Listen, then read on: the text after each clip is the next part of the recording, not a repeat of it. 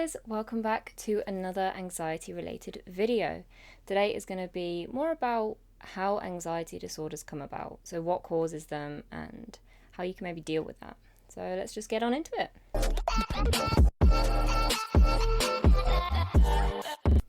Anxiety disorders can stem from so many different things. The most common one is more to do with actually being overwhelmed. There's so much information to process these days that comes from social media, the news, being more exposed to things in general. You know, years ago, we only really paid attention to what was going on in our vicinity. You know, the people close around us, the people we were close to. But now we're aware of the world, to put it plainly. It's fantastic because we get to learn more about other cultures, we get to be more informed and more educated. But that means we are constantly having to process information. Another big reason we get overwhelmed actually is because life is changing. Just a few years ago, work was more to do with like physical labor. You'd be working on farms, you'd be active most of the day. And now we're kind of stuck. Whether it's in an office or at home, we're sat in front of a computer most likely. And that isn't really good for our mental health, and just, again, constantly processing information and being stuck in the same surroundings just isn't fun, and it isn't good for your mental health. A big thing that's changed in the work industry is that it's so competitive. Years ago, you could get a job without really any trouble, but now people are fighting over just jobs that are 12 hours a week. I mean, you can't survive off that, but it's still better than nothing. And it's just constantly competitive. So again, you're comparing yourself to other people and you'd be feeling worse about yourself, and there's a lot of financial pressure. So yes, there aren't as many physical threats as there once was. There's now a lot more mental pressure, and anxiety is still a typical response. Evolution doesn't work fast enough to be able to equip us with a way to deal with mental pressure aside to physical stresses. And because of that, we end up with anxiety disorders. Your brain starts to interpret certain situations as a problem when actually it might be a problem, but not one that you need to physically deal with. If you're worried about money, being anxious isn't going to resolve that situation. It's just going to make you feel worse about it. External pressures are usually the ones that will cause anxiety disorders. You just reach a point where you can't take anymore. That's what I learned from my psychologist, that it's like a glass and it just takes one drop and the glass overflows. It's super important to take time for your mental health, to take a break from everything, whether it's having a day out or just having a day of no work.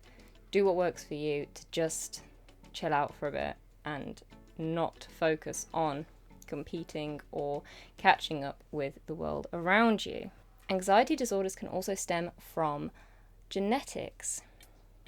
You might notice that people who suffer with real severe anxiety disorders, it kind of runs through the family. It's just how the world works.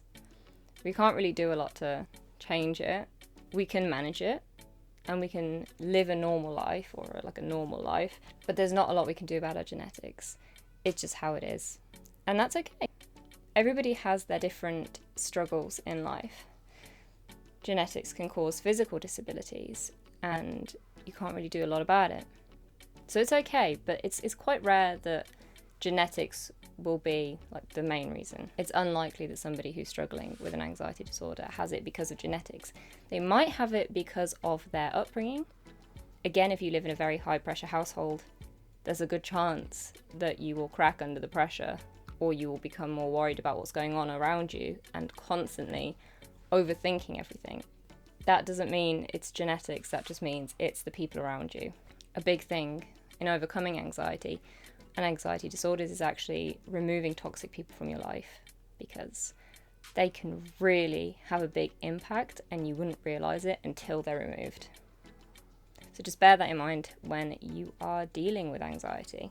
Take a moment to just observe around you. Is it the same people that you're with and that's when you're feeling more anxious, or is it the situation? But really that's it. That's all that really causes anxiety disorders. I mean, they're summarised into categories. It can be bereavement that causes it. It can be exam pressure, but it all comes down to certain stresses.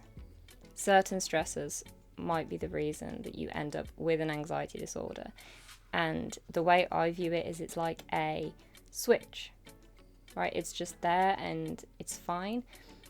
But once that switch is triggered, you can't really turn it off. You're just aware of it. Something that baffled me for a long time, because you think, oh, I was fine a week ago. Why am I now having so many problems? But it's all right. It's okay. It's manageable. It does take time. It takes practice. There's so many resources now, which is fantastic. But it usually boils down to the fact that there has just been too much stress in one form or another in your life, and your brain is trying to protect you from that. Your brain is trying to say, well, hang on a minute, this isn't good for you. Because stress is a killer. Stress really is detrimental for your physical health. So anxiety comes in, tries to save the day by removing that stress from you, but it just doesn't realize that actually it's your thoughts usually that are causing that stress. Hope you found this useful. Hope you found it informative. Let me know down in the comments what you believe is the most common reasons for anxiety disorders, and don't forget to like and subscribe, and I'll see you next time.